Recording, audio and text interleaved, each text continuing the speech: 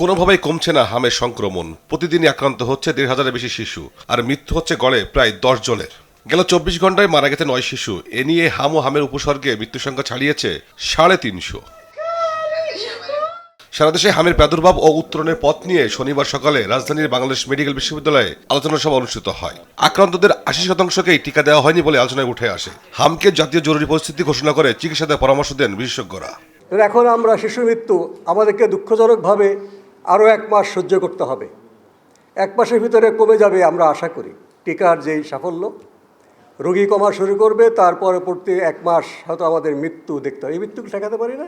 প্রধান অতিথি বক্তব্যে স্বাস্থ্য সচিব মোহাম্মদ কামরুজ্জামান চৌধুরী বলেন, হামের ঘটনায় তদন্ত চলছে, দ্রুত রিপোর্ট তুলে ধরা হবে।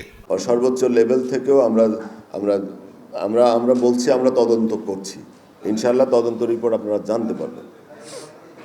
কারো বিরুদ্ধে না, আমরা যাচ্ছি যে এই জিনিসগুলো এই আনার্থ করার জন্য, যে তদন্তে উঠে আসবে দেখবেন কেন আমাদের এই বাচ্চাগুলো আমরা হারালাম, কি কারণে, কোথায় আমাদের সমস্যা ছিল, আমাদের কোনো গাফিলতি ছিল কিনা, বা আমাদের কর্মকর্তাদের কিংবা দায় দায়িত্ব নির্ধারণ, এগুলো সবই একটা তদন্ত হলে যা হয় সব কিছুই হবে ইনশাআল্লাহ।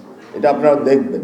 হামের কারণে স্কুল কলেজ ছুটির কোনো সিদ্ধান্ত হয়নি জানিয়ে সচিব বলেন, আরও ১০ ধরনের টিকা আনা হচ্ছে। এটা হলো স্কুল বন্ধ করার কোনো সিদ্ধান্ত আছে কিনা। আপাতত আমাদের স্বাস্থ্য মন্ত্রণালয়ের তরফ থেকে আমরা এরকমের কোনো সিদ্ধান্ত এখনো আমাদের জানা নাই। ভ্যাকসিন প্রজেক্ট আমাদের অ্যাপ্রুভ হয়েছে, যেটা মুন্সিগঞ্জে চালু হবে। এটা একটু দেরি হয়েছে, প্রথমত সম্ভবত গোপালগঞ্জে এই প্রজেক্টটা হওয়ার কথা ছিল, এখন এটা শিফট হয়ে মুন্সিগঞ্জে এসেছে, সিরাজদিখানে। ১ লাখ স্বাস্থ্যকর্মী নিয়োগ দেওয়া হবে জানান স্বাস্থ্য সচিব। পিডি নিয়োগের চেষ্টা। তৌফিক মাহমুদ মুন্না, দেশ টিভি, ঢাকা। দক্ষ পিডি না হলে